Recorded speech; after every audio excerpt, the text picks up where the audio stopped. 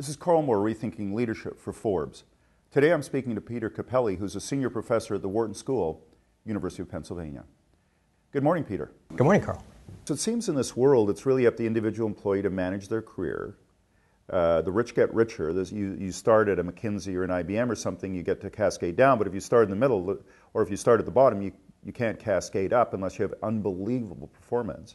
So it seems like a harsher world for people starting their careers these days. I think it is a harsher world. It's also a much more uncertain world. So I was having a conversation with a colleague at a public utility company.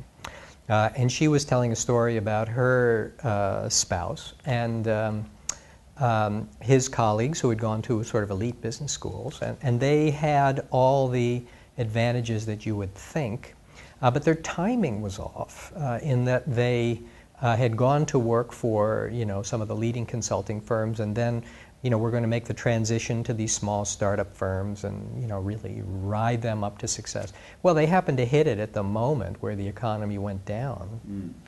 And if they had actually been at a lesser school, if they had not had the fancy business experience, if they had gone to begin their career at like a B grade sort of company that had survived the recession, like a public utility or something that's not as glamorous as these startups, they would have been much better off, right? Because those companies would have survived. As it were, they ended up losing their jobs, losing their companies often, and then they're scrambling now to get back into the career world. And those colleagues who bet slightly differently and happened to be right, given where the economy went, ended up better off. So the uncertainty here is quite high. And I think this is something that matters for people who study careers. We're stuck in career management with a really outdated paradigm. And the paradigm is one that came out of the world of vocational psychology. And it was based on this idea that you could plan your career. You could start in college and map it out. I have a disposition in this area that seems to suit me for this kind of work over here.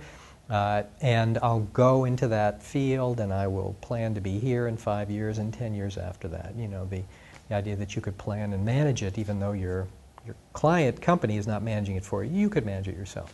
I think that's almost impossible now. I mean, the world is so uncertain around you that you could go in with a plan, but that plan is going to get knocked like crazy as soon as you experience reality. I have two of my favorite quotes these days. One is from the U.S. Army. It just reminds people that no battle plan survives initial contact with the enemy. And even better is a quote from Mike Tyson, who was asked about a fighter who was going to fight him and the plan he had to take Mike Tyson down. And Tyson says, everybody's got a plan until you get punched in the mouth. And I think the idea, the equivalent here in career management, is you go in with this plan that you've got, and then you confront the fact that the world doesn't play out the way you anticipated. Business cycles change, companies change strategies, some skills become hot, others don't, and suddenly your plan is gone. So I think the ability to respond and react and adjust becomes more important now than the ability to plan, which is not that useful anymore.